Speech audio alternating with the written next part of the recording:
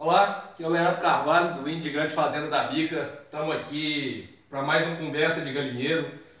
Veterinário formado pela UFA, atual presidente da Brasig. Estou na casa do meu grande irmão aqui, professor da UFA, Raimundo, meu mestre. Hoje até aniversário dele, quero parabenizar ele ao vivo aqui. E agradecer muito pelo que ele me passa, tanto de lição de vida quanto me passou enquanto eu estudei, né, Raimundo? O Raimundo é professor de farmácia. Eu vou passar para ele se apresentar aqui, falar o currículo dele que é muito extenso, já esteve fora do país. E a gente vai trocar uma ideia sobre quais bases de antibióticos mais específicas têm um tropismo maior para certos tipos de doenças. Então, Raimundo, quando a gente fala em doença respiratória, eu vejo que muita gente me pergunta o que você indica de base de medicamento, de antibiótico para doenças respiratórias no geral.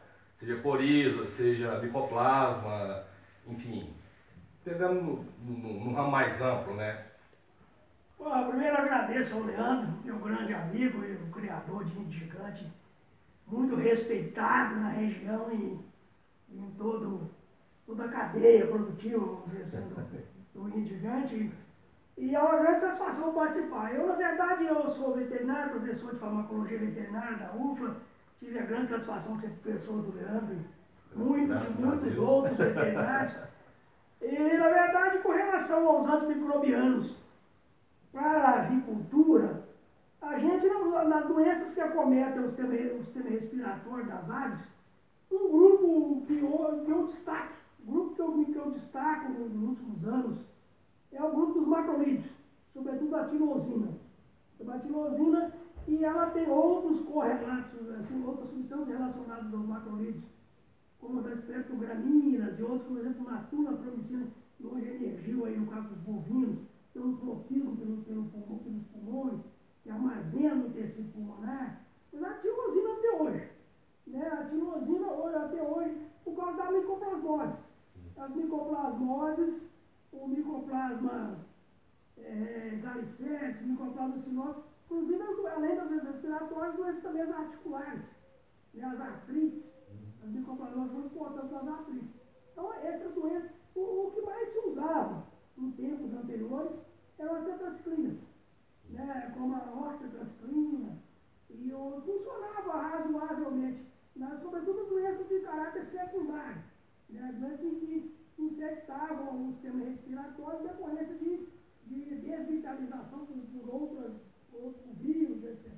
Né? Até hoje é muito usado antibiótico de amplo aspecto, pega uma gama muito grande de doenças. Né?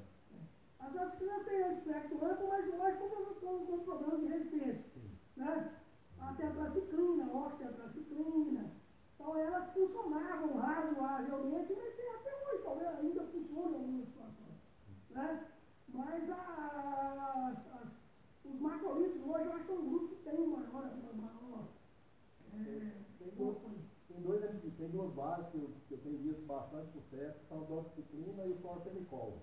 O que você me acha? Tem realmente esse tropismo, doença respiratória? Pode ser usado para alguma outra doença? Com certeza pode. O que você tem para falar sobre essas duas bases? A doxiciclina, como as tetraciclinas de uma forma geral, ela tem algumas vantagens de melhor absorção por via oral, né, que ela é complexa menos com metais valentes.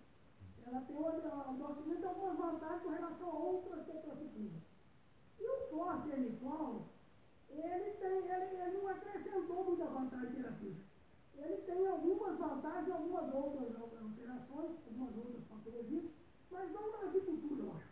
Mas ele teve um emprego muito importante na bovinocultura, na piscicultura, mas na agricultura acho que o clorfenicol não acrescentou muita coisa, não. Às vezes seja até por isso que na ornamental, que é mais injetada, a gente faz um trabalho mais manual ali, né, não tem grandes lotes, ele está tendo um bom resultado ainda, né? E é uma base pouco usada. Talvez esse seja um aspecto importante. A menor utilização e a questão é a praticidade. A gente tem que sempre avaliar a praticidade. Às vezes é custo-benefício, né? Ou risco-benefício, custo-benefício. Às vezes ele não acrescenta vantagem em relação aos clientes, mas acrescenta vantagem do ponto de vista de manejo. Né? Então talvez seja o clorfenicol. O clorfenicol é uma boa base, mas ele tem assim, eu tenho um certo certo pé atrás com relação ao texto que foi feito em Porto lançado. Eu acho que para a agricultura não acrescentou muita coisa, mas desde que seja, ele seja favorável do ponto de vista de manejo, eu acho que isso aí... Isso é uma base a ser usada, tem que ser cogitada. É uma opção, a mais. Vamos falar um pouquinho das doenças do trato do intestino ali, né? O que você recomenda, assim, teria o maior tropismo para essa área intestinal? Diarreias, enfim, no geral, tem alguma coisa diferente? No trato gastrointestinal, o que foi classicamente desenvolvido há muitos anos eram os aminopositos. A gentamicina, né, principalmente como um grande representante dos aminopositos, e muito pouco absorvido, que atuava principalmente ao nível do próprio trato, né, tinha um papel muito importante, mas com o desenvolvimento de outros, mas mais voltada para gram negativo. Hoje, depois, mais adiante, com o advento de outras substâncias de espectro mais amplo, como, por exemplo, as fluoquinolonas, como a eufloxacina, né? Então, isso aí, essas fluoquinolonas tomaram, né, um espaço, adquiriram um espaço. Um espaço maior. Em relação aos aminopositos. E quando ele fala, só para posicionar o pessoal, quando ele fala um espectro mais amplo, ele pega uma gama maior de doenças. Às vezes pega tanto bactérias gram-negativas quanto gram-positivas. E como a gente não vai fazer exame laboratorial, quadro ornamental, então fica mais fácil você tratar um antibiótico que pegue todas as ciclas. E quanto a coccidiose também, tem muitas pessoas que questionam, pode ganhar de adulto ou só pintinho, qual seria um antibiótico de eleição para esse tipo de doença? As doenças, entre aspas,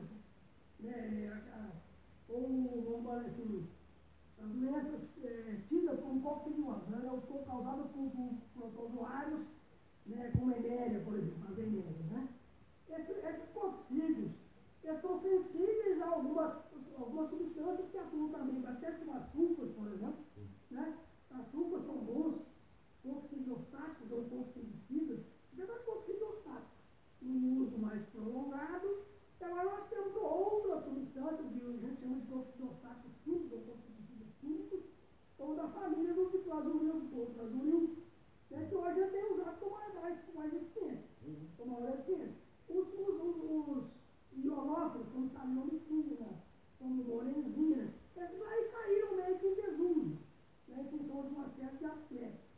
Mas hoje, na verdade, ele tem usado ainda as sulfas, né, como relativa eficiência nos coccídeos, e esses coccilianos químicos, como de claduril e totrozuril.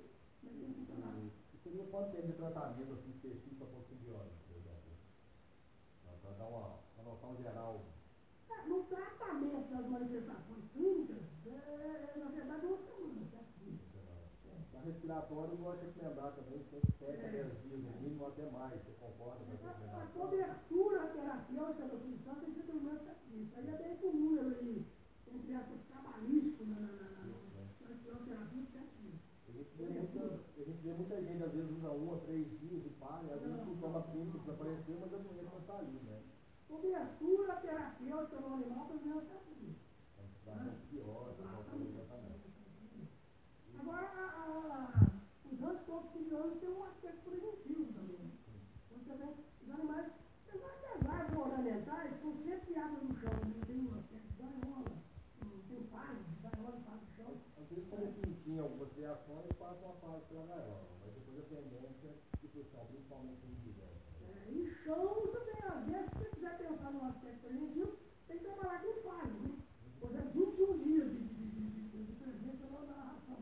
Então, são químicos, né? São preventivos. Como anticoxidante preventivo. Mas tratamento é mesmo isso aí. Eu queria te pedir só uma explanação rapidinha, Raimundo, porque a gente vê muita gente usando uma base concomitante com outra, e às vezes um desse, uma interfere na efeito da outra. Então você dá uma comentada rápida isso aí, tem bases que não podem ser usadas juntas, é sempre bom consultar alguém da área, né, veterinário, para estar sabendo que você pode entrar com 2 bases juntas de repente ou não. Você vai piorar o estado animal. O que você tem para me falar a respeito?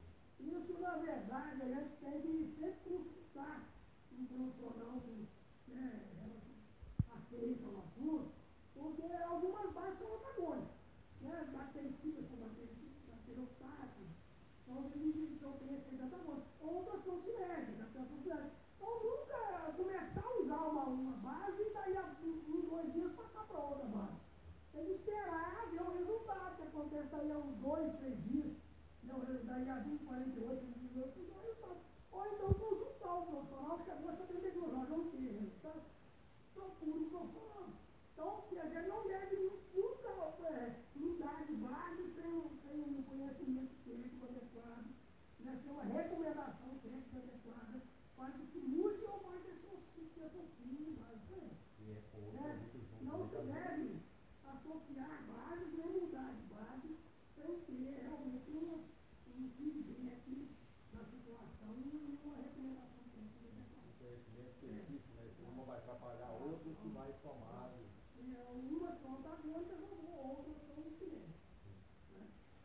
Então é isso aí. Estamos fechando aqui mais um Conversa de Galinheiro. Quem gostou, curta, compartilha, se inscreva no canal, digite no sininho para você estar recebendo nossos vídeos de primeiras mãos. Eu agradeço muito, meus parabéns, tirando um tempinho do seu aniversário para ter uma prova com a gente aqui. Um abraço e beijo no próximo vídeo.